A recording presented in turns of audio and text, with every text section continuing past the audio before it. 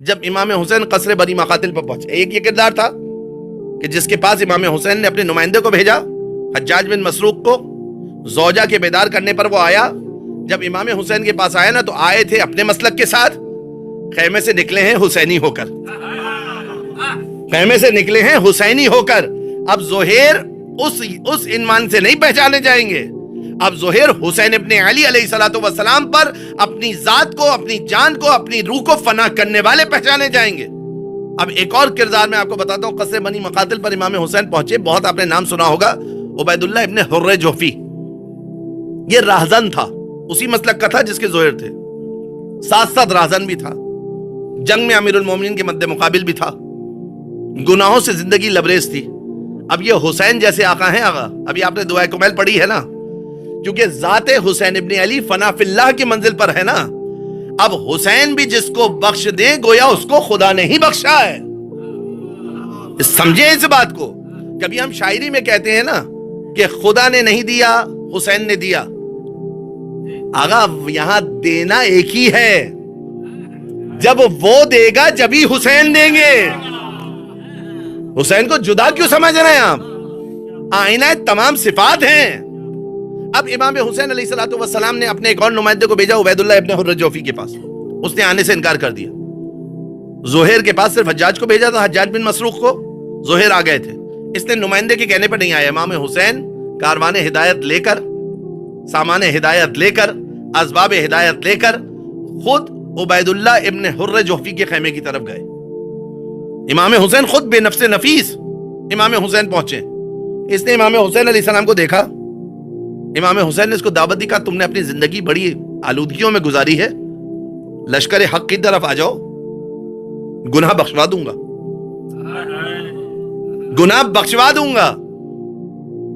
کہا یمنا رسول اللہ، دور ہی اس لیے جا رہا تھا کہ آپ کو نہ دیکھوں، آپ خود میرے پاس آ گئے۔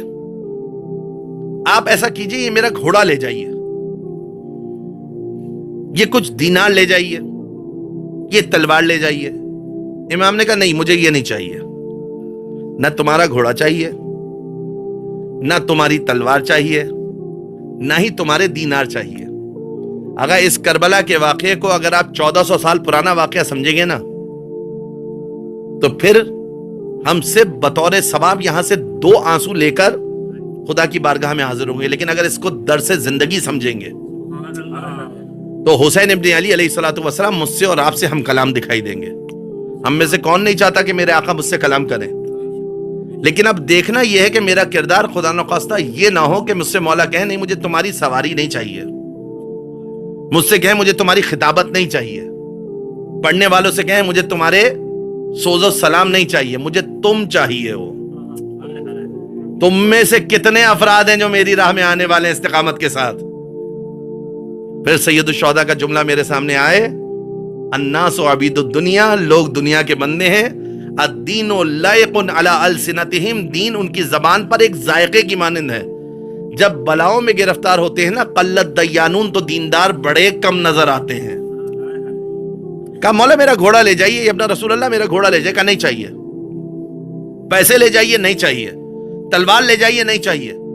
ایک طرف امام نے اپنے قاصد کو بھیجا، ہدایت دل میں اتر گئی، ایک طرف خود چل کر گئے مگر ہدایت دل میں نہیں اتر رہی۔ اب سمجھ میں آیا کہ زہیر کا دل ایسا ہی پاک تھا کہ جیسے ہی گیا متصل ہوا، پر ہو گیا ہدایت سے، لیکن عبید اللہ نے اپنے دل کو کثافتوں سے پر کر لیا تھا، نجاستوں سے پر کر لیا تھا، غلاظتوں سے پر کر لیا تھا۔ اب حسین ابن علی علیہ السلام بہر بے کرائے ہدایت لے کر بھی اگر جا رہے ہیں نا تو اس پر اثر نہیں ہو رہا۔ کمی حسین کی عطا میں نہیں ہے، کمی اس کی ظرفیت میں ہے۔